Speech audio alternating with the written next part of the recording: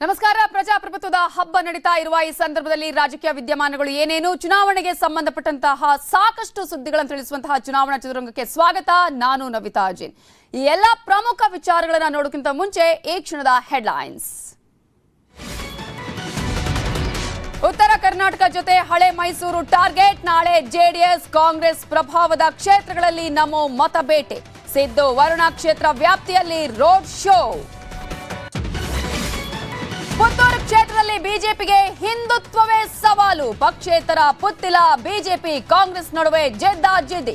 ಪ್ರಚಾರಕ್ಕೆ ಬಾರದ ಡೇವಿಯಸ್ ನಡೆಗೆ ಕಾರ್ಯಕರ್ತರ ಕಿಡಿ. ಶೆಟ್ಟರ್ ಕಾಂಗ್ರೆಸ್ ಸೇರ್ಪಡೆ ಬಳಿಕ ಬೆಂಬಲಿಗರೇ ಟಾರ್ಗೆಟ್. ಹುಬ್ಬಳ್ಳಿ ಸೆಂಟ್ರಲ್ನಲ್ಲಿ 27 ಮಂದಿ ಉಚ್ಚಾಟನೆ. ಪಕ್ಷ ವಿರೋಧಿಗಳಿಗೆ ಬಿಜೆಪಿ ಎಚ್ಚರಿಕೆಯ ಸಂದೇಶ.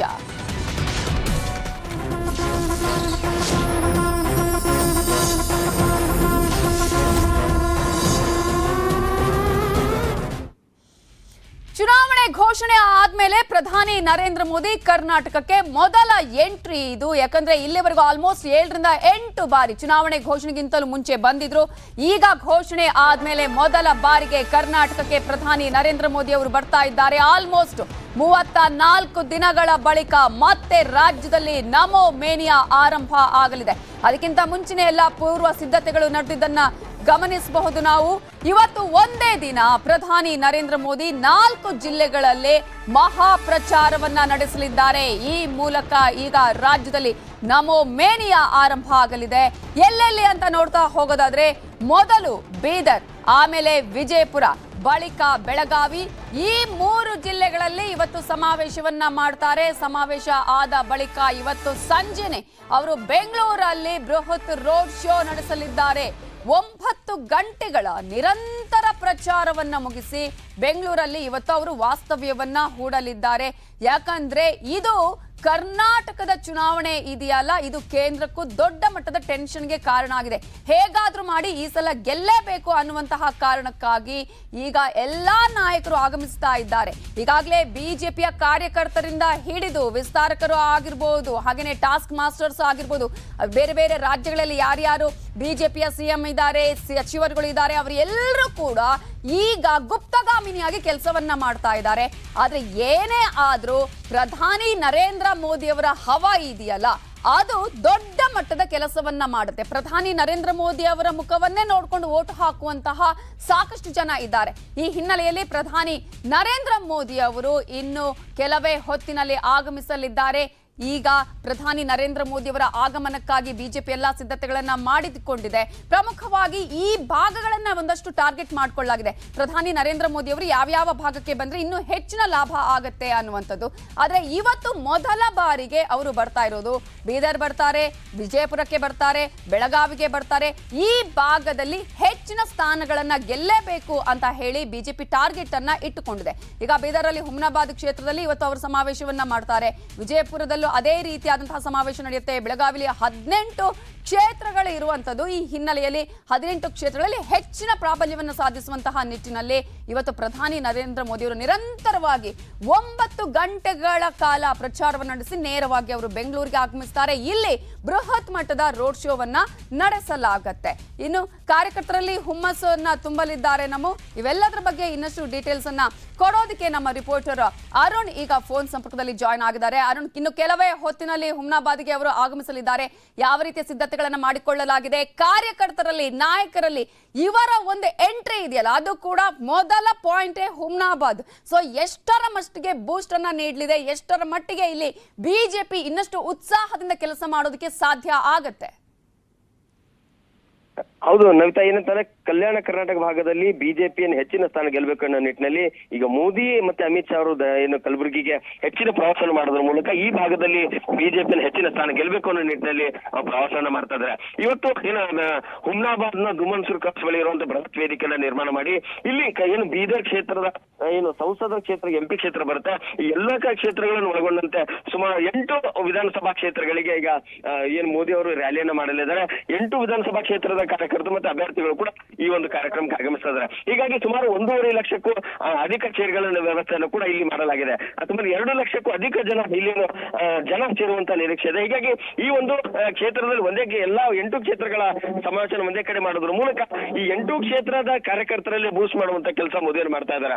ಈ ಒಂದು ಖರ್ಗೆ ಕೋಟೆಯಲ್ಲಿ ಖರ್ಗೆ AICC ಅಧ್ಯಕ್ಷರಾದ ನಂತರ ಈ ಭಾಗದಲ್ಲಿ ಹೆಚ್ಚಿನ ಸ್ಥಾನ ಬರುತ್ತೆ ಅನ್ನೋ ನಿರೀಕ್ಷೆ ಕೂಡ ಏನು ಕಾಂಗ್ರೆಸ್ಗಿತ್ತು. ಹಾಗಾಗಿ ಈ ಒಂದು ಕ್ಷೇತ್ರದಲ್ಲಿ ಈ ಹಿಂದೆ ಟಾರ್ಗೆಟ್ ಆಗಿದ್ದು AICC ಅಧ್ಯಕ್ಷರಾಗಿರುವ ಮಲ್ಲಿಕಾರ್ಜುನ ಖರ್ಗೆ ಅವರ ಒಂದು ಊರನ್ನೇ ಟಾರ್ಗೆಟ್ ಮಾಡಿಕೊಂಡು ಪ್ರಧಾನಿ ನರೇಂದ್ರ ಮೋದಿ ಅವರು ಆರಂಭ ಮಾಡ್ತಾ ಇರುವಂತಹ ಈ ಒಂದು ಭಾಗ ಇದೆಯಲ್ಲ, ಈಗ ಬಿಜೆಪಿಗೆ ದೊಡ್ಡ ಸವಾಲು, ಚಾಲೆಂಜ್ ಕೂಡ ಹೌದು. ಅದನ್ನೇ ಚಾಲೆಂಜ್ ಆಗಿ ಇಟ್ಟುಕೊಂಡು ಬಿಜೆಪಿ ಈ ಒಂದು ತಂತ್ರವನ್ನ ಹೆಣೆದಿದ್ಯಾ? ಹೌದು ನೈತಾ, ಏನಂತಂದ್ರೆ ಕಾಂಗ್ರೆಸ್ AICC ಅಧ್ಯಕ್ಷರಾದಂತಹ ಮಲ್ಲಿಕಾರ್ಜುನ್ ಖರ್ಗೆ ಅವರ ಟಕ್ಕರ್ ಕೂಡ ನಿಟ್ಟಿನಲ್ಲಿ ಈ ಒಂದು ಮೋದಿ ಮತ್ತು ಅಮಿತ್ ಶಾ ಕೂಡ ಹೆಚ್ಚಿನ ಒತ್ತನ್ನ ಈ ಒಂದು ಕಲ್ಯಾಣ ಕರ್ನಾಟಕ ಭಾಗ ನೀಡಿದ್ದಾರೆ. ಯಾಕಂತಂದ್ರೆ ಎಂಟೈರ್ ಏನು ರಾಷ್ಟ್ರ ಮಟ್ಟದಲ್ಲಿ ಒಂದು AICC ಅಧ್ಯಕ್ಷರ ತವರೂರಲ್ಲೇ ನಾವು ಕಾಂಗ್ರೆಸ್ಗೆ ಅನ್ನೋ ಹೀನಾಯನ್ನ ಸೋಲನ್ನು ಏನು ತಂದು ಕೊಟ್ಟಿವಿ ಅನ್ನೋ ನಿಟ್ಟಿನಲ್ಲಿ, ಹಾಗಾಗಿ ಇಲ್ಲಿ ಹೆಚ್ಚಿನ ಸ್ಥಾನ ಗೆಲ್ಲೋದ್ರ ಮೂಲಕ ಅವರಿಗೆಲ್ಲೋ ಒಂದ್ ಕಡೆ ಮುಜುಗರ ಮಾಡ್ಬೇಕು ಅನ್ನೋ ಕಾಂಗ್ರೆಸ್ಗೆ ಅನ್ನೋ ಒಂದು ನಿಟ್ಟಿನಲ್ಲಿ ಈಗ ಒಂದು ಹೆಚ್ಚಿನ ಸ್ಥಾನ ಗೆಲ್ಲಕ್ಕೆ ಪ್ಲಾನ್ ಅನ್ನ ಬಿಜೆಪಿ ಮಾಡ್ತಾ ಇದೆ. ಹೀಗಾಗಿ ಇಲ್ಲಿ ಬೃಹತ್ ವೇದಿಕೆ ನಿರ್ಮಾಣ ಮಾಡಿ 8 ಕ್ಷೇತ್ರಗಳಲ್ಲಿ ಏನು ಈಗಾಗಲೇ ಏನು ಬೀದರ್ನಲ್ಲಿ 2 ಬಿಜೆಪಿ 3 ಕಾಂಗ್ರೆಸ್ ಮತ್ತು 1 JDS ಇದೆ. ಹಾಗಾಗಿ ಈ ಒಂದು ಕ್ಷೇತ್ರದಲ್ಲಿ ಹೆಚ್ಚಿನ ಸ್ಥಾನನ ಗೆಲ್ಲಬೇಕನ್ನೋ ನಿಟ್ಟಿನಲ್ಲಿ ಮತ್ತೆ ಏನು ಈ ಭಾಗಕ್ಕೆ ಅಧಿಕಾರ ಚುಕ್ಕಾಣಿ ಹಿಡಿಬೇಕು ಮತ್ತೆ ರಾಜ್ಯದಲ್ಲಿ ಅಧಿಕಾರ ಬರುವ ನಿಟ್ಟಿನಲ್ಲಿ ಬಿಜೆಪಿ ಏನೇನ್ ರಾಜ್ಯದಲ್ಲಿ ಡ್ಯಾಮೇಜ್ ಏನಾಯ್ತು ಆ ಡ್ಯಾಮೇಜ್ ಕಂಟ್ರೋಲ್ ಮಾಡಲು ಮತ್ತು ಮೋದಿ ಮತ್ತು ಶಾ ಈ ಒಂದು ರಾಜ್ಯಕ್ಕೆ ಹೆಚ್ಚಿನ ಒತ್ತನ್ನು ನೀಡ್ತಾ ಇರುವಂತದ್ದು. ಇಲ್ಲಿ ಈ ಕಲಬುರಗಿ ಸೇರಿದಂತೆ ಈ ವಿಭಾಗೀಯಲ್ಲೂ ಕೂಡ ಸುಮಾರು ಈ ಬಾರಿ 25ಕ್ಕೂ ಹೆಚ್ಚು ಸ್ಥಾನವನ್ನ ಗೆಲ್ಲಬೇಕು ಅನ್ನೋ ಕಾರಣಕ್ಕಾಗಿ ಮೋದಿ ಶಾ ಅನ್ನೋ ಪ್ಲಾನ್ ಅನ್ನು ಮಾಡ್ತಾ ಇದ್ದಾರೆ. ಅದೇ ನಿಟ್ಟಿನಲ್ಲಿ ಕಾರ್ಯಕರ್ತರನ್ನ ಬೂಸ್ಟ್ ಮಾಡುವಂತ ಕೆಲಸ ಕೂಡ ಮಾಡ್ತಾ ಇದೆ Navita. Okay, thank you Arun Kumar ಡೀಟೇಲ್ಸ್ಗೆ. ಈಗಾಗಲೇ ಕಿತ್ತೂರು ಕರ್ನಾಟಕ, ಕಲ್ಯಾಣ ಕರ್ನಾಟಕ, ಕರಾವಳಿ ಕರ್ನಾಟಕಕ್ಕಿಂತಲೂ ನಾವು ಗಮನಿಸೋದು ಈಗ ಬಿಜೆಪಿ ದೊಡ್ಡ ಮಟ್ಟದಲ್ಲಿ ಒಂದು ಸವಾಲಾಗಿ ತೆಗೆದುಕೊಂಡಿರುವಂತದ್ದು ಅಂತ ಹೇಳಿದ್ರೆ ಅದು ಹಳೆ ಮೈಸೂರು ಭಾಗವನ್ನ. ಯಾಕಂದ್ರೆ ಹಳೆ ಮೈಸೂರು ಭಾಗದಲ್ಲಿ ಗೆದ್ರಷ್ಟೇ, ಹೆಚ್ಚಿನ ಸ್ಥಾನವನ್ನ ಪಡ್ಕೊಂಡ್ರಷ್ಟೇ ಯಾವುದೇ ರೀತಿಯಾದಂತಹ ಈಗ ಬೇರೆಯವರ ಸಹಕಾರ ಇಲ್ಲದೆ ಅಧಿಕಾರವನ್ನು ನಡೆಸೋದಕ್ಕೆ ಸಾಧ್ಯ ಆಗತ್ತೆ. ಪೂರ್ಣ ಪ್ರಮಾಣದ ಸರ್ಕಾರವನ್ನು ನಡೆಸೋದಕ್ಕೆ ಬಿಜೆಪಿಗೆ ಸಾಧ್ಯ ಆಗೋದು. ಅದೇ ಕಾರಣಕ್ಕಾಗಿ ಹಲವು ಬಾರಿ ಪ್ರಧಾನಿ ನರೇಂದ್ರ ಮೋದಿ, ಅಮಿತ್ ಶಾ ಅವರು ಹಳೆ ಮೈಸೂರು ಭಾಗಕ್ಕೆ ಬಂದ್ರು. ಯಾವ ರೀತಿಯಾಗಿ ಕೆಂಪೇಗೌಡ ಅವರ ಪ್ರತಿಮೆ ಅನಾವರಣದಿಂದ ಹಿಡಿದು ಕನಕದಾಸರ ಪ್ರತಿಮೆಗೆ ಪುಷ್ಪಾರ್ಚನೆ ಮಾಡುವುದರಿಂದ ಹಿಡಿದು ಅನೇಕ ಬಾರಿ ಪ್ರಧಾನಿಗಳು ಆಗಮಿಸಿದಂತೆ, ಅಮಿತ್ ಶಾ ಅವರು ಆಗಮಿಸಿದಂತೆ ಈ ಭಾಗವನ್ನೇ ಟಾರ್ಗೆಟ್ ಮಾಡಿಕೊಂಡ್ರು. ಹಳೆ ಮೈಸೂರು ಭಾಗವನ್ನ ಕಬ್ಜಾ ಮಾಡೋದಕ್ಕೆ ಪ್ರಧಾನಿ ಮೋದಿ ಕೂಡ ಶಪಥವನ್ನ ಮಾಡಿದ್ದಾರೆ. JDS ಕಾಂಗ್ರೆಸ್ ಕೋಟೆಯನ್ನ ಕೆಡವೋದಕ್ಕೆ ಈಗಾಗಲೇ ಪ್ರಧಾನಿ ನರೇಂದ್ರ ಮೋದಿ ಮುಂದಾಗಿದ್ದಾರೆ. ಅದೇ ಕಾರಣಕ್ಕಾಗಿ ಉತ್ತರ ಕರ್ನಾಟಕದ ಜೊತೆಗೆ ಹಳೆ ಮೈಸೂರು ಭಾಗವನ್ನ ಟಾರ್ಗೆಟ್ ಮಾಡಿಕೊಂಡು ಪ್ರಧಾನಿ ನರೇಂದ್ರ ಮೋದಿ ಅವರು ಆಗಮಿಸ್ತಾರೆ.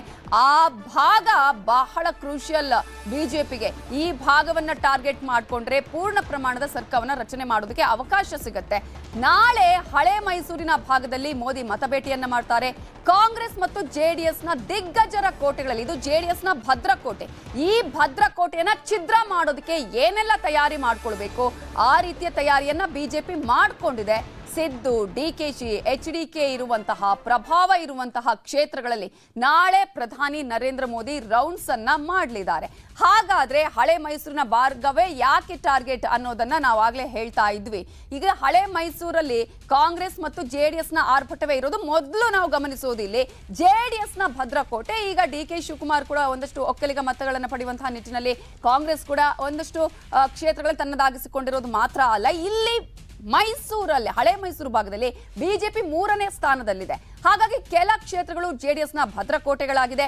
ಈ ಕೋಟೆಗಳನ್ನೇ ಗೆಲ್ಲೋದಕ್ಕೆ ಬಿಜೆಪಿ ಇಲ್ಲಿ ಸತತ ಪ್ರಯತ್ನವನ್ನ ಮಾಡ್ತಾನೆ ಇದೆ. ಚುನಾವಣೆ ಘೋಷಣೆ ಮುನ್ನವೇ ಪ್ರಧಾನಿ ಮೋದಿ ಅವರು ಇಲ್ಲಿ ಎಂಟ್ರಿ ಕೊಟ್ಟಿದ್ರು. ಆ ಸಂದರ್ಭದಲ್ಲೇ ಅವರು ಹೇಳಿದ್ರು ಈ ಭಾಗವನ್ನ ನಾವು ಕಬ್ಜಾ ಮಾಡ್ಕೊಳ್ಬೇಕು ಅಂತ ಹೇಳಿ. ಈಗ ಬೆಂಗಳೂರು ಮೈಸೂರು ಎಕ್ಸ್ಪ್ರೆಸ್ ವೇ ಉದ್ಘಾಟನೆ ಆಯ್ತು. ಮಂಡ್ಯ, ಮೈಸೂರು, ಚಾಮರಾಜನಗರ, ಚಿಕ್ಕಬಳ್ಳಾಪುರಕ್ಕೆ ಅವರು ಭೇಟಿ ಕೊಟ್ಟರು. ಆದ್ರೆ ರಾಮನಗರ ಜಿಲ್ಲೆಗೆ ಮಾತ್ರ ಪ್ರಧಾನಿ ಕಾಲಿಟ್ಟಿರ್ಲಿಲ್ಲ. ಈಗ ರಾಮನಗರದ ಚನ್ನಪಟ್ಟಣದ ಜೊತೆಗೆ ಕೋಲಾರಕ್ಕೂ ಅವರು ಭೇಟಿ ಕೊಡಲಿದ್ದಾರೆ. ನಾಮಪತ್ರ ಫೈಲ್ ಮಾಡುವಂತಹ ಸಂದರ್ಭದಲ್ಲೇ CP ಯೋಗೇಶ್ವರ್ ಅವರು ಹೇಳಿದ್ರು ಈ ಕ್ಷೇತ್ರಕ್ಕೆ ಬರ್ತಾರೆ ಅನ್ನುವಂತಹ ಮಾತನ್ನ ಹೇಳ್ತಾ ಇದ್ರು. ಇಲ್ಲಿ ಪ್ರಧಾನಿ ನರೇಂದ್ರ ಮೋದಿ ಅವರು ಸಮಾವೇಶವನ್ನ ಮಾಡ್ತಾರೆ, ಭಾಷಣವನ್ನ ಮಾಡ್ತಾರೆ, ಪ್ರಚಾರವನ್ನ ಮಾಡ್ತಾರೆ ಅಂತ. ಆದ್ರೆ ಬಿಜೆಪಿಗೆ ಹಳೆ ಮೈಸೂರು ಭಾಗ ಯಾಕೆ ಮುಖ್ಯ ಅಂತ ನೋಡಿದ್ರೆ ಕೇಸರಿ ಪಡೆಯಿಂದ ಮಿಷನ್ 150 ಯೋಜನೆಯನ್ನ ಈಗಾಗಲೇ ಹಾಕಿಕೊಳ್ಳಲಾಗಿದೆ. ಸಮೀಕ್ಷೆಗಳತ್ತ ನೋಡ್ತಾ ಇದ್ರೆ ಇದಕ್ಕೆ ಯಾವುದೇ ರೀತಿಯ ಪೂರಕ ಫಲಿತಾಂಶ ಇಲ್ಲ. ಕರಾವಳಿ ಆಗಿರ್ಬೋದು, ಮಧ್ಯ ಕರ್ನಾಟಕ ಆಗಿರ್ಬೋದು, ಉತ್ತರ ಕರ್ನಾಟಕದಲ್ಲಿ ತಂತ್ರವನ್ನ ಮಾಡಿದ್ರೂ ಕೂಡ ಹಳೆ ಮೈಸೂರು ಭಾಗದಲ್ಲಿ ಬಿಜೆಪಿಗೆ ಇದು ದೊಡ್ಡ ಮಟ್ಟದ ಸವಾಲನ್ನೇ ತಂದಿದೆ. ಈ ಹಿನ್ನೆಲೆಯಲ್ಲಿ ಜೆಡಿಎಸ್ ಆರ್ಭಟವನ್ನ ಕಡಿಮೆ ಮಾಡಬೇಕು, ಕಾಂಗ್ರೆಸ್ನ ಪ್ರಾಬಲ್ಯವನ್ನ ಕಡಿಮೆ ಮಾಡಬೇಕು ಅಂತ ಹೇಳಿ ಬಿಜೆಪಿ ಸತತ ಪ್ರಯತ್ನವನ್ನ ಮಾಡ್ತಾ ಇದೆ. ಎಷ್ಟರ ಮಟ್ಟಿಗೆ ಇದು ಸಹಕಾರಿ ಆಗತ್ತೆ, ಸಕ್ಸಸ್ ಆಗತ್ತೆ ಅನ್ನೋದ್ರ ಬಗ್ಗೆ ಡೀಟೇಲ್ಸ್ ಕೊಡೋದಕ್ಕೆ ನಮ್ಮ ರಿಪೋರ್ಟರ್ ಕೃಷ್ಣ ನೇರ ಸಂಪರ್ಕದಲ್ಲಿ ಜಾಯ್ನ್ ಆಗಿದ್ದಾರೆ. ಕೃಷ್ಣ, ಜೆಡಿಎಸ್ನ ಭದ್ರಕೋಟೆಯನ್ನ ಕಾಂಗ್ರೆಸ್ ಪ್ರಾಬಲ್ಯ ಇರುವಂತಹ ಕ್ಷೇತ್ರಗಳೇ ಈಗ ಬಿಜೆಪಿಗೆ ದೊಡ್ಡ ಚಾಲೆಂಜ್ ಆಗಿದೆ. ಯಾಕಂದ್ರೆ ಈ ಭಾಗದಲ್ಲಿ ಬಿಜೆಪಿ 3ನೇ ಸ್ಥಾನದಲ್ಲಿ ಇರೋದ್ರಿಂದ ಪೂರ್ಣ ಪ್ರಮಾಣದ ಒಂದು ಸರ್ಕಾರ ರಚನೆ ಮಾಡಬೇಕು ಅಂತ ಹೇಳಿದ್ರೆ ಈ ಭಾಗದಲ್ಲಿ ಗೆಲ್ಲೇಬೇಕು. ಬಟ್ ಈ ಸಲ ಎಷ್ಟರ ಮಟ್ಟಿಗೆ ಆಗತ್ತೆ ಗೊತ್ತಿಲ್ಲ. ಪ್ರಧಾನಿಯವರ ಈ ಒಂದು ಟಾರ್ಗೆಟ್ ಬಿಜೆಪಿ ಯಾವ ರೀತಿಯಾಗಿ ಸಕ್ಸಸ್ ಮಾಡಿಕೊಳ್ಳುವಂತಹ ಸಾಧ್ಯತೆ ಇದೆ?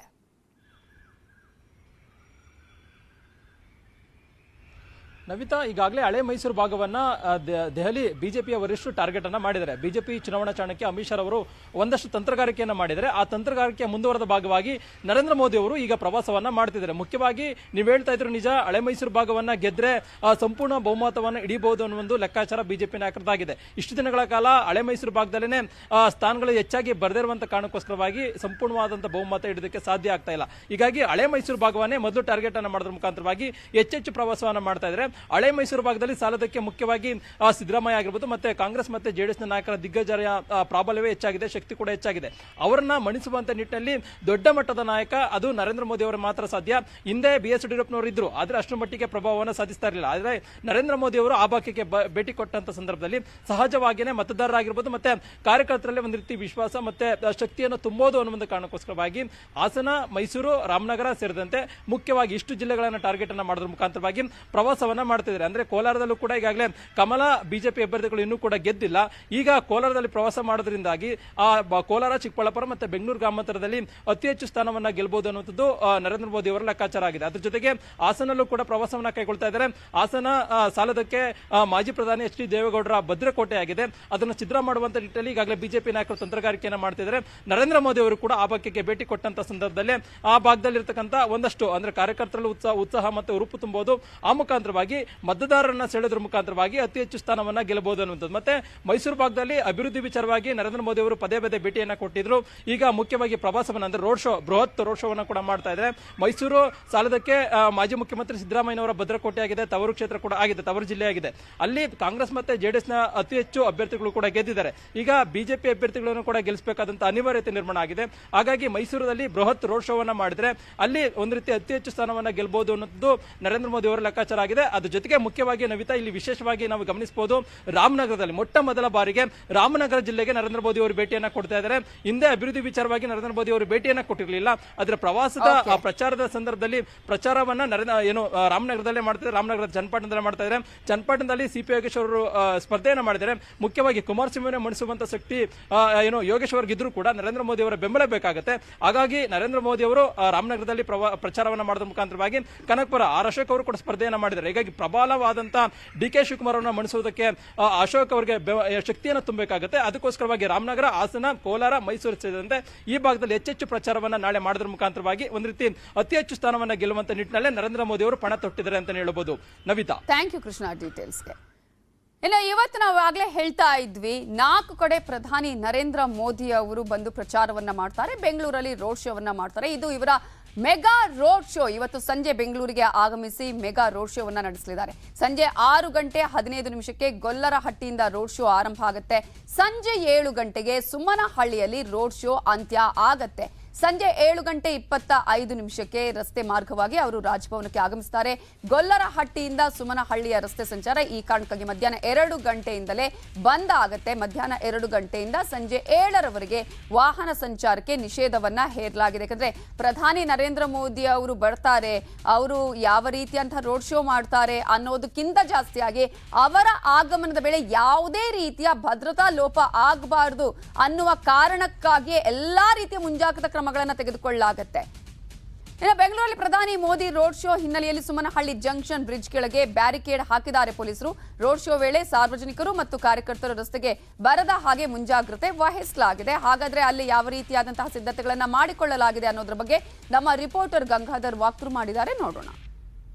ಬೆಂಗಳೂರಿನಲ್ಲಿ ಪ್ರಧಾನಮಂತ್ರಿ ರೋಡ್ ಶೋ ಹಿನ್ನೆಲೆಯಲ್ಲಿ ಬಿಗಿ ಪೊಲೀಸ್ ಭದ್ರತೆಯನ್ನ ಮಾಡಿಕೊಂಡಿರುವಂತದ್ದು. ಅದರಲ್ಲಿ ಚಿಕ್ಕಗೊಲ್ಲರಹಟ್ಟಿಯಿಂದ ಸುಮ್ನಹಳ್ಳಿ ಜಂಕ್ಷನ್ ವರೆಗೂ ಕೂಡ ರೋಡ್ ಶೋ ಇರುವಂತದ್ದು. ಈ ನಿಟ್ಟಿನಲ್ಲಿ ಸುಮಾರು ಲಕ್ಷಾಂತರ ಮಂದಿ ಕಾರ್ಯಕರ್ತರು ಇಲ್ಲಿ ಮೋದಿಯವರ ನೋಡಕ್ಕೆ ಎಲ್ಲ ಕೂಡ ಕಾತರದಿಂದ ಕಾಯ್ತಾ ಇರುವಂತದ್ದು. ಅದನ್ನ ಜಮಾವಣೆ ಮಾಡೋಕೆ ಅವರೆಲ್ಲ ಕೂಡ ಕಾರ್ಯಕರ್ತರನ್ನ ಸೇರಿಸುವ ನಿಟ್ಟಿನಲ್ಲಿ ಬಿಜೆಪಿ ನಾಯಕರೆಲ್ಲ ಒಂದು ಪ್ಲಾನ್ ಅನ್ನ ಮಾಡಿಕೊಂಡು ಸಿದ್ಧತೆಗಳನ್ನ ಮಾಡ್ಕೊಂಡಿದ್ದಾರೆ. ಆದ್ರೆ ಈ ಸಂದರ್ಭದಲ್ಲಿ ಯಾವುದೇ ರೀತಿ ಅಹಿತಕರ ಘಟನೆಗಳು ನಡೀಬಾರದು ಅಂತ ಹೇಳಿ ಪೊಲೀಸರು ಸಾಕಷ್ಟು ಕಟ್ಟೆಚ್ಚರವನ್ನು ವಹಿಸಿದ್ದಾರೆ. ನಾವೀಗ ಸುಮನಹಳ್ಳಿ ಜಂಕ್ಷನ್ ಬಳಿ ಇದ್ದೇವೆ. ಇಲ್ಲಿ ಕಾರ್ಯಕರ್ತರು ಮತ್ತೆ ಅವರ ಇಲ್ಲಿ ಬರುವಂತಹ ಜನಕ್ಕೆ ಇಲ್ಲಿ ಈ ಬ್ಯಾರಿಕೇಡ್ ಗಳ ಒಳಗಡೆ ಅವರು ನಿಂತ್ಕೊಂಡು ಮೋದಿಯವರನ್ನ ನೋಡ್ಬೇಕು. ಅಂದ್ರೆ ಚಿಕ್ಕಗೊಲ್ಲರಹಟ್ಟಿಯಿಂದ ಎಲ್ಲ ಕೂಡ ಇಲ್ಲಿ ಕಾರ್ಯಕರ್ತರು ಅಲ್ಲಿ ರೋಡ್ ಶೋ ಇಂದ ಬರುವಂತಹ ಸಂದರ್ಭದಲ್ಲಿ ಎರಡೂ ರಸ್ತೆ ಬದಿ ಕಾರ್ಯಕರ್ತರನ್ನ ತಡೆಯುವ ನಿಟ್ಟಿನಲ್ಲಿ ಬ್ಯಾರಿಕೇಡ್ ಗಳನ್ನ ಹಾಕ್ತಾರೆ. ನಂತರ ಅಲ್ಲಿಂದ ಪ್ರಾರಂಭವಾಗುವಂತಹ ರೋಡ್ ಶೋ ಸುಮನಹಳ್ಳಿ ಜಂಕ್ಷನ್ ಗೆ ಬಂದು ಕೊನೆ ಆಗುತ್ತೆ. ಇಲ್ಲಿ ಅಂಡರ್ ಪಾಸ್ ಅಂದ್ರೆ ಫ್ಲೇವರ್ ಕೆಳಗಡೆ ಈ ಒಂದು ವ್ಯವಸ್ಥೆಯನ್ನ ಮಾಡಿರುವಂತದ್ದು. ಇದರ ಒಳಗಡೆ ಕಾರ್ಯಕರ್ತರು ಮತ್ತೆ ಅವರ ಬೆಂಬಲಿಗರು ಮತ್ತೆ ಎಲ್ಲ ಇಲ್ಲಿನ ಜನ ಇದರ ಒಳಗಡೆ ನಿಂತ್ಕೊಂಡು ಅವರು ಇಲ್ಲಿಂದನೇ ಮೋದಿ ಅವರನ್ನ ನೋಡೋಕೆ ಒಂದು ಅವಕಾಶವನ್ನ ಮಾಡಿಕೊಟ್ಟಿರುವಂತದ್ದು. ಸದ್ಯ ಇಲ್ಲಿ ಎಲ್ಲಾ ಒಂದು ಬ್ಯಾರಿಕೇಡ್ ಗಳನ್ನ ವ್ಯವಸ್ಥೆ ಮಾಡಿದ್ರೆ ಸಾಲಾಗಿ ಒಂದು ವ್ಯವಸ್ಥೆಯನ್ನ ಮಾಡಿರುವಂತದ್ದು. ಇಲ್ಲಿ ಆ ರೋಡ್ ಶೋ ಅನ್ನ ಕ್ಲೋಸ್ ಮಾಡಿಕೊಂಡು ಅನಂತರ ಇಲ್ಲಿ ಮೂಲಕವಾಗಿ ಅವರು ಮೋದಿ ಅವರು ಇಲ್ಲಿ ತೆರಳುವಂತದ್ದು. ಸದ್ಯ ಇಲ್ಲಿ ಪೊಲೀಸರು ಸುಮಾರು 3,000 ಪೊಲೀಸರನ್ನ ಒಂದು ಭದ್ರತೆಗೆ ನಿಯೋಜನೆ ಮಾಡಿಕೊಂಡಿದ್ದಾರೆ. ಜೊತೆಗೆ ಸುಮಾರು 5 ಮಂದಿ ಡಿಸಿಪಿಗಳನ್ನ ರಸ್ತೆಯುದ್ದಕ್ಕೂ ಕೂಡ ವ್ಯವಸ್ಥೆಯನ್ನ ಮಾಡಿಕೊಂಡಿರುವಂತದ್ದು. ಅದೇ ರೀತಿಯಾಗಿ ಇಲ್ಲಿ ಬಿಬಿಎಂಪಿ ಸಿಬ್ಬಂದಿ ಎಲ್ಲ ಕೂಡ ಸ್ವಚ್ಛತಾ ಕಾರ್ಯವನ್ನ ಮಾಡುವಂತ ನೋಡಬಹುದು. ಎರಡೂ ರಸ್ತೆ ಬದಿಯಲ್ಲಿ ಸ್ವಚ್ಛತಾ ಕಾರ್ಯವನ್ನ ವ್ಯವಸ್ಥೆ ಪೌರ ಕಾರ್ಮಿಕರು ಮತ್ತೆ ಪೊಲೀಸ್ ಸಿಬ್ಬಂದಿ ಎಲ್ಲ ಕೂಡ ವ್ಯವಸ್ಥೆಯನ್ನ ಮಾಡ್ಕೊಂಡಿದ್ದಾರೆ. ಮತ್ತೆ ಈ ಒಂದು ರಸ್ತೆ ಬದಿಯಲ್ಲಿ ಅನುಮಾನಿತ ವ್ಯಕ್ತಿಗಳು ಯಾರಾದ್ರೂ ಇದ್ದಾರಾ ಏನೋ ಅಂತ ಟ್ರ್ಯಾಕ್ಟರ್ ಮೂಲಕವಾಗಿ ಇಲ್ಲಿ ಸ್ವಚ್ಛತಾ ಕಾರ್ಯವನ್ನು ಮಾಡಿ ಕಸ ಸಾಗಿಸುವಂತ ಕೆಲಸವನ್ನ ಎಲ್ಲ ಕೂಡ ಮಾಡ್ತಾ ಇರುವಂತ ಬಿಬಿಎಂಪಿ ಸಿಬ್ಬಂದಿ. ಒಂದು ಕಡೆ ಈ ಒಂದು ರೋಡ್ ಶೋ ಸಂದರ್ಭದಲ್ಲಿ ಯಾವುದೇ ರೀತಿ ಅಹಿತಕರ ಘಟನೆಗಳು ನಡೀಬಾರದು ಅಂತ ನಿಟ್ಟಿನಲ್ಲಿ ಪೊಲೀಸರು ಸಾಕಷ್ಟು ಕಟ್ಟೆಚ್ಚರವನ್ನು ವಹಿಸಿಕೊಂಡಿದ್ದಾರೆ. ಮತ್ತೆ ಹೆಚ್ಚುವರಿ ಪೊಲೀಸ್ ಆಯುಕ್ತರ ನೇತೃತ್ವದಲ್ಲಿ 5 ಮಂದಿ ಡಿಸಿಪಿಗಳು ಮತ್ತೆ 20 ಮಂದಿ ಎಸಿಪಿಗಳ ನೇತೃತ್ವದಲ್ಲಿ ಈ ಒಂದು ಭದ್ರತಾ ವ್ಯವಸ್ಥೆ ಇರುವಂತದ್ದು. ಮತ್ತೆ ಎರಡೂ ರಸ್ತೆ ಬದಿಯಲ್ಲಿ ಏನು ರೋಡ್ ಶೋ ಬರುವಂತಹ ಸಂದರ್ಭದಲ್ಲಿ ಮಧ್ಯಾಹ್ನ 2 ಗಂಟೆ ವೇಳೆಗೆ ಅಂಗಡಿ ಮುಗ್ಗಟ್ಟುಗಳನ್ನ ಕ್ಲೋಸ್ ಮಾಡುತ್ತಾರೆ. ಮತ್ತೆ ಯಾವುದೇ ಅನುಮಾನಿತ ವ್ಯಕ್ತಿಗಳು ಕಂಡು ಬಂದಲ್ಲಿ ಅವರನ್ನು ವಶಕ್ಕೆ ಪಡೆಯುವಂತ ಕೆಲಸಕ್ಕೆ ಈ ಆಲ್ರೆಡಿ ಪೊಲೀಸರು ಎಲ್ಲಾ ಮಹಡಿಗಳ ಮೇಲೆ ಸಿಬ್ಬಂದಿಯನ್ನ ನಿಯೋಜನೆ ಮಾಡಿಕೊಂಡ ನಿಟ್ಟಿನಲ್ಲಿ ಎಲ್ಲಾ ತಯಾರಿ ನಡೀತಾ ಇದೆ. ಮಧ್ಯಾಹ್ನ ಎಲ್ಲಾ ಪೊಲೀಸರು ಮತ್ತೆ ಕೆಎಸ್ಆರ್ಪಿ ಸಿಬ್ಬಂದಿ ಮತ್ತೆ ಸೆಂಟ್ರಲ್ ಆರ್ಮಿ ಫೋರ್ಸ್ ಈ ಒಂದು ರೋಡ್ ಶೋ ಸಂದರ್ಭದಲ್ಲಿ ಭದ್ರತೆಗೆ ನಿಯೋಜನೆ ಆಗುತ್ತೆ. ಆದ್ರೆ ಸದ್ಯ ಈಗ ಸೀಮಿತ ಪೊಲೀಸ್ ಸಿಬ್ಬಂದಿನ ಆಗಿ ಇಲ್ಲಿನ ಬ್ಯಾರಿಕೇಡ್ ಗಳನ್ನ ಮತ್ತೆ ಇಲ್ಲಿ ಜನ ನಿಂತ್ಕೊಳ್ಳೋಕೆ ಏನು ಅವಕಾಶಗಳು ಬೇಕು ಅದಕ್ಕೆ ಬೇಕಾದಂತಹ ಒಂದು ತಯಾರಿಯನ್ನ ಈಗ ಪೊಲೀಸರು ಮಾಡಿಕೊಂಡಿರುವಂತದ್ದು. ಈ ನಿಟ್ಟಿನಲ್ಲಿ ಮಧ್ಯಾಹ್ನ ರೋಡ್ ಶೋ ಪ್ರಾರಂಭವಾದ ಸಂದರ್ಭದಲ್ಲಿ ಯಾವುದೇ ಟ್ರಾಫಿಕ್ ಆಗಬಾರದು ಅಂತ ನಿಟ್ಟಿನಲ್ಲಿ ಟ್ರಾಫಿಕ್ ಡೈವರ್ಷನ್ ಗಳನ್ನ ಕೂಡ ತಾವರೆಕೆಯಿಂದಲೇ ಮಾಡಿರುವಂತದ್ದು. ಕ್ಯಾಮರಾ ಪರ್ಸನ್ ಇಬ್ರಾಹಿಂ ಜೊತೆ ಗಂಗಾಧರ್ ವಾಗ್ತಾ, ನ್ಯೂಸ್ 18 ಕನ್ನಡ, ಬೆಂಗಳೂರು. ಕರಾವಳಿ ಬಿಜೆಪಿಯ ಭದ್ರಕೋಟೆ. ಆದ್ರೆ ಈಗ ಕರಾವಳಿಯಲ್ಲೇ ಬಂಡಾಯ, ಅಸಮಾಧಾನ ಭುಗಿಲೆದ್ದಿದೆ. ಪುತ್ತೂರಲ್ಲಿ ಏನು ಆಗ್ತಾ ಇದೆ, ಡಿವಿಎಸ್ ಸೈಲೆಂಟ್ ಆಗಿದ್ ಯಾಕೆ ಅನ್ನೋದ್ರ ಡೀಟೇಲ್ಸ್ ಕೊಡ್ತಾ ಹೋಗ್ತೀವಿ ಬ್ರೇಕ್ ಆದ್ಮೇಲೆ.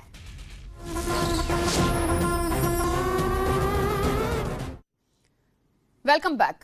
ಇಷ್ಟು ದಿನ ಬಿಜೆಪಿಗೆ ಕರಾವಳಿ ಭಾಗದಲ್ಲಿ ಯಾವುದೇ ರೀತಿಯಾದಂತಹ ಟೆನ್ಷನ್ ಇರಲಿಲ್ಲ. ಆದ್ರೆ ಈಗ ಹಾಗಲ್ಲ, ಬಂಡಾಯದ ಬೇಗುದಿಯನ್ನೇ ಎದುರಿಸ್ತಾ ಇದೆ ಬಿಜೆಪಿ. ಕರಾವಳಿ ಜಿಲ್ಲೆಗಳಲ್ಲೇ ಅತ್ಯಂತ ಹೈ ವೋಲ್ಟೇಜ್ ಕ್ಷೇತ್ರ ಅಂತ ಹೇಳಿದ್ರೆ ಪುತ್ತೂರು.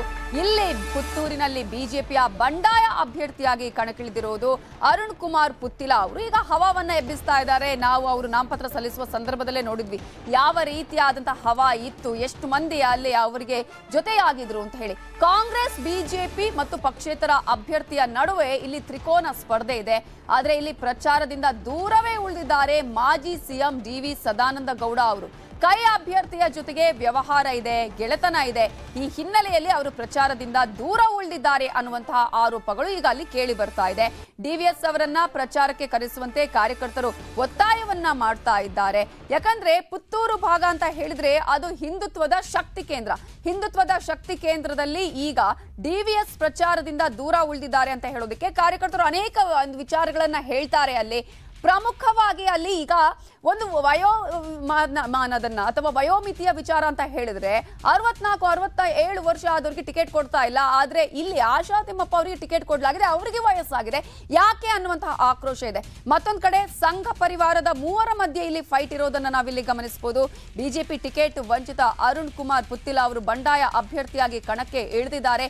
ಯಾವುದೇ ಕಾರಣಕ್ಕೂ ಎಷ್ಟೇ ಜನ ಮನವೊಲಿಸಿದ್ರು ಕೂಡ ಅವರು ತನ್ನ ಬಂಡಾಯ ಅಭ್ಯರ್ಥಿಯಾಗಿ ವಾಪಸ್ ಪಡ್ಕೊಳ್ಳೋದಕ್ಕೆ ಅವರು ಚಾನ್ಸೇ ಕೊಡ್ಲಿಲ್ಲ. ಯಾರೇ ಮನವೊಲಿಸಿದ್ರು ಕೂಡ ಇಲ್ಲ, ನಾನು ಈ ಒಂದು ಕ್ಷೇತ್ರದಲ್ಲಿ ಅಭಿವೃದ್ಧಿಯನ್ನ ಮಾಡಲೇಬೇಕು ಅಂತ ಹೇಳಿ ಶೋಭಾ ಕರಂದ್ಲಾಜೆ ಆಗಿರ್ಬೋದು, BS ಯಡಿಯೂರಪ್ಪ ಆಗಿರ್ಬೋದು, ಎಲ್ಲರೂ ಅವರ ಮನವೊಲಿಸುವಂತಹ ಪ್ರಯತ್ನ ಮಾಡಿದ್ರು. ಅವರು ನಾಮಪತ್ರವನ್ನ ವಾಪಸ್ ಪಡೆಯಲಿಲ್ಲ. ಸೊ ಈ ಹಿನ್ನೆಲೆಯಲ್ಲಿ ಪ್ರಧಾನಿ ನರೇಂದ್ರ ಮೋದಿ ಅವರ ಒಂದು ಆಗಮನ, ನಾವೀಗ ಪುತ್ತೂರಿನಿಂದ ನೇರವಾಗಿ ಈಗ ಬೀದರ್ಗೆ ಹೋಗ್ತಾ ಇದ್ದೀವಿ. ಬೀದರ್ಗೆ ಪ್ರಧಾನಿ ನರೇಂದ್ರ ಮೋದಿ ಅವರ ಆಗಮನ ಆಗಿದೆ ಅನ್ನುವ ಮಾಹಿತಿ ಲಭ್ಯ ಆಗ್ತಾ ಇದ್ದು ಕೆಲವೇ ಕ್ಷಣಗಳಲ್ಲಿ ಬಿಜೆಪಿ ಬೃಹತ್ ಸಮಾವೇಶದಲ್ಲಿ ಅವರು ಭಾಗಿಯಾಗಲಿದ್ದಾರೆ. 6 ಕ್ಷೇತ್ರಗಳ ಬಿಜೆಪಿ ಅಭ್ಯರ್ಥಿಗಳ ಪರವಾಗಿ ಅವರು ಕ್ಯಾಂಪೇನ್ ಅನ್ನ ಮಾಡಲಿದ್ದಾರೆ. ಆಗ್ಲೇ ಹೇಳ್ತಾ ಇದ್ವಿ, ಇದು ಬಿಜೆಪಿಗೆ ಇವತ್ತು ಪ್ರಧಾನಿ ನರೇಂದ್ರ ಮೋದಿ ಅವರ ಆಗಮನ ಇದೆಯಲ್ಲ, ಎಷ್ಟರ ಮಟ್ಟಿಗೆ ಬೂಸ್ಟ್ ಕೊಡುತ್ತೆ ಅನ್ನೋದನ್ನ ನಾವು ಆಗ್ಲೇ ಎಕ್ಸ್ಪ್ಲೇನ್ ಮಾಡ್ತಾ ಇದ್ವಿ. ಕೆಲವೇ ಕ್ಷಣಗಳಲ್ಲಿ ಬಿಜೆಪಿ ಬೃಹತ್ ಸಮಾವೇಶದಲ್ಲಿ ಪ್ರಧಾನಿ ನರೇಂದ್ರ ಮೋದಿ ಅವರು ಭಾಗಿಯಾಗ್ತಾರೆ. 34 ದಿನಗಳ ಬಳಿಕ ಪ್ರಧಾನಿ ನರೇಂದ್ರ ಮೋದಿ ಅವರು ಆಗಮಿಸ್ತಾ ಇರೋದು ಹುಮ್ನಾಬಾದ್ನಲ್ಲಿ ಆಗಮಿಸಿ ಅವರು ಅಭ್ಯರ್ಥಿಗಳ ಪರವಾಗಿ ಕ್ಯಾಂಪೇನ್ ಅನ್ನ ಮಾಡಲಿದ್ದಾರೆ. ಈಗಾಗಲೇ ಅವರ ಆಗಮನ ಆಗಿದೆ. ಈಗ ಬೃಹತ್ ಸಮಾವೇಶದಲ್ಲಿ ಅವರು ಭಾಗಿಯಾಗ್ತಾರೆ. 6 ಕ್ಷೇತ್ರಗಳ ಬಿಜೆಪಿ ಅಭ್ಯರ್ಥಿಗಳ ಪರವಾಗಿ ಅವರು ಕ್ಯಾಂಪೇನ್ ಅನ್ನ ನಡೆಸಲಿದ್ದಾರೆ. ಈ ಭಾಗ ಕೂಡ ಬಿಜೆಪಿಗೆ ಬಹಳ ಇಂಪಾರ್ಟೆಂಟ್ ಭಾಗ. ಒಂದ್ ಕಡೆ ಮಲ್ಲಿಕಾರ್ಜುನ ಖರ್ಗೆ ಅವರ ತವರು ಜಿಲ್ಲೆಯಲ್ಲೇ ಈಗ ಈ ಒಂದು ಕ್ಯಾಂಪೇನ್ ಅನ್ನ ಮಾಡ್ತಾ ಇರೋದು. ಬಿಜೆಪಿ ಸಾಕಷ್ಟು ರೀತಿಯಾದಂತಹ ಸಿದ್ಧತೆಗಳನ್ನ ಮಾಡಿಕೊಂಡಿದೆ. ಬೀದರ್ನಲ್ಲಿ ಯಾವ ರೀತಿಯ ಬಲಾಬಲ ಇದೆ ಅಂತ ನಾವು ನೋಡ್ತಾ ಹೋಗೋದಾದ್ರೆ, ಕಾಂಗ್ರೆಸ್ ಇಲ್ಲಿ 3 ಕ್ಷೇತ್ರಗಳಲ್ಲಿ ಗೆಲುವನ್ನ ಸಾಧಿಸಿದ್ರೆ, ಬಿಜೆಪಿ 2 ಕ್ಷೇತ್ರಗಳಲ್ಲಿ ಗೆಲುವನ್ನ ಸಾಧಿಸೋದಕ್ಕೆ ಅಷ್ಟೇ ಸಾಧ್ಯ ಆಗಿರೋದು. JDS ಇಲ್ಲಿ 1 ಕ್ಷೇತ್ರದಲ್ಲಿ ಗೆಲುವನ್ನ ಸಾಧಿಸಿದೆ. ಎಲ್ಲಾ ಕ್ಷೇತ್ರಗಳಲ್ಲಿ ಈ ಸಲ ಗೆಲುವನ್ನ ಸಾಧಿಸಬೇಕು ಅನ್ನುವಂತಹ ನಿಟ್ಟಿನಲ್ಲಿ ಈಗ ಪ್ರಧಾನಿ ನರೇಂದ್ರ ಮೋದಿ ಅವರ ಆಗಮನ ಬಿಜೆಪಿಯ ಕಾರ್ಯಕರ್ತರಿಗೆ ಇನ್ನಷ್ಟು ಉತ್ಸಾಹವನ್ನ, ಹುರುಪನ್ನ ನೀಡಲಿದೆ.